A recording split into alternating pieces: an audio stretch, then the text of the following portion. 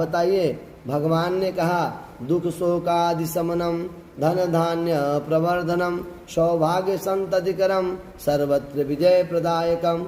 दुख का शोक का समन करने वाला, धन धान्य देने वाला, सौभाग्य व संतान देने वाला, ये सत्यनारायण का व्रत है। जब भी समय मिले, सुबह दोपहर शाम रात मध्य में भगवान का कथा श्रवण करना चाहिए। इसमें क्या फल है कह जान लिया, अब विधान क्या है। कह सुंदर सा चौक देकर केले के पत्ते का छाया करके सुंदर मंडप बना के चावल या गेहूं को पीस के गुड़ मिलाकर या चीनी मिलाकर पंचामृत 5 प्रकार का फल आदि की व्यवस्था कर रहे हैं। अगर नहीं संभव तो कंदली फल ही संपूर्ण है और केले के फल को रखकर भगवान को ब्राह्मण को बुलाकर बंधु बांधवों के साथ कथा का श्रवण करें। कथा श्रवण करने के बाद ब्राह्मण को भोजन दक्षिणा दें। रात भर भजन कीर्तन करके भगवान का ध्यान करें। आपकी समस्त मनोकामना पूर्ण होगी, इसमें तनिक संशय नहीं है।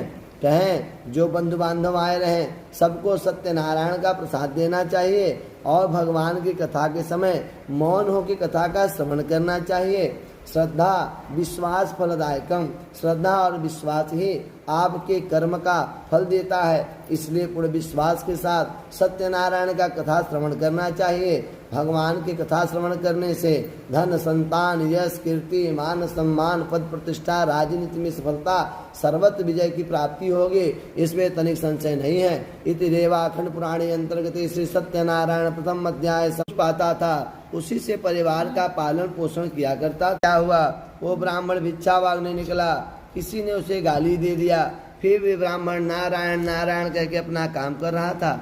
यह देख के भगवान विष्णु एक दंडी स्वामी के रूप में आए और आकर ब्राह्मण से बोले, किमर्थे मागतो अस्मिन्, क्यों घूम रहे हो, आने घूमने का कारण क्या है। ब्राह्मण ने बोला, ब्राह्मणो वति दरिद्रो हम भिक्षार्थे वै भ्रमे महिमम, उपायम यदि जानासि कृपया कथय महाप्रभु। मैं अत्यंत निर्धन व दरिद्र हूँ, मेरी निर्धनता को दूर करने का आपके पास कोई पूजन पाठ उपाय हो तो कृपया करके बताइए। ऐसा भगवान से जब प्रश्न किया, भगवान ने कहा कि आप सत्यनारायण का व्रत करो, उस व्रत के प्रभाव से आपके सारे कष्ट दुख दूर हो जाएंगे। वो ब्राह्मण सारी विधि विधान जान के घर गया। रात भर से निद्रा नहीं आए, कैसे होगा, सामग्री कहाँ से आएगी, दक्षिणा कहाँ से आएगा, कैसे होगा। मध्य रात्रि में पत्नी उठी, क्या हो गया।